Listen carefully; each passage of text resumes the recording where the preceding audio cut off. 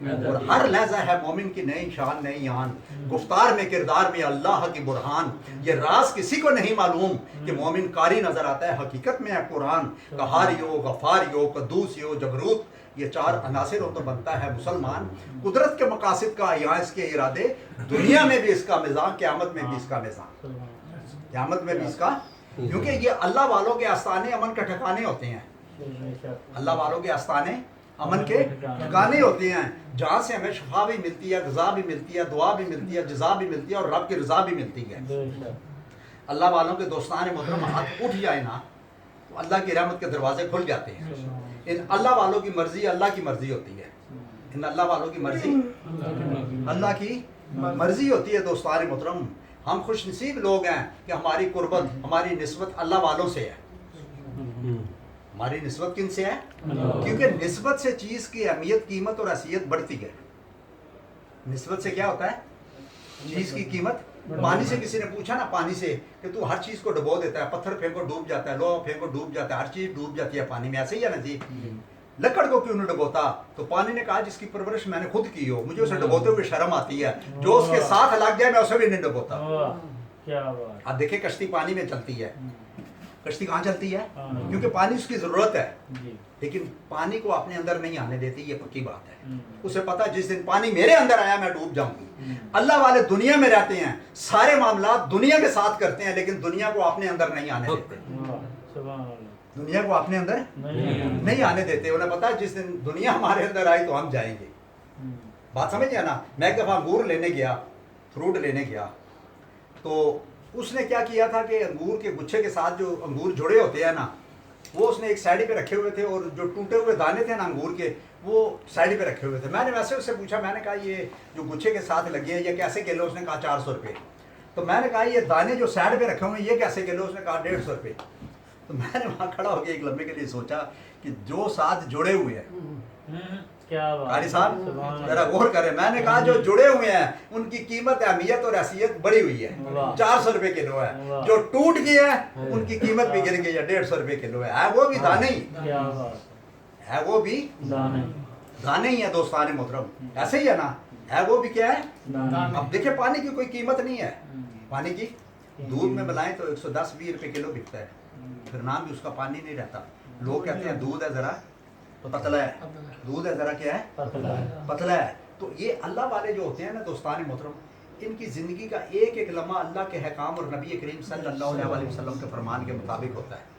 ان کی زندگی کا مقصد ہر وقت ہر جگہ ایک اور نیک ہوتا ہے، سفر ہو یا حضر، جلوت ہو یا خلوت، دن ہو یا رات، انجمن ہو یا تنہائی، مسجد ہو یا میدان جنگ، گھر بار ہو یا کاروبار، صبح ہو یا شام، کوئی بھی ہو مقام، ان کی زندگی کا مقصد ہر وقت ہر جگہ ایک اور نیک ہوتا ہے، ہر وقت ہر جگہ ایک اور۔ میں مومن کی بات کر رہا ہوں، کس کی بات کر رہا ہوں؟ مومن کی، کیونکہ وہ کسی نے بڑا پیارا ایک جملہ لکھا تھا نا کہ میں مطلب آئینے سے میری دوستی ہے، آئینہ میرا بہترین دوست ہے، جب میں روتا ہوں تو میرے ساتھ روتا ہے،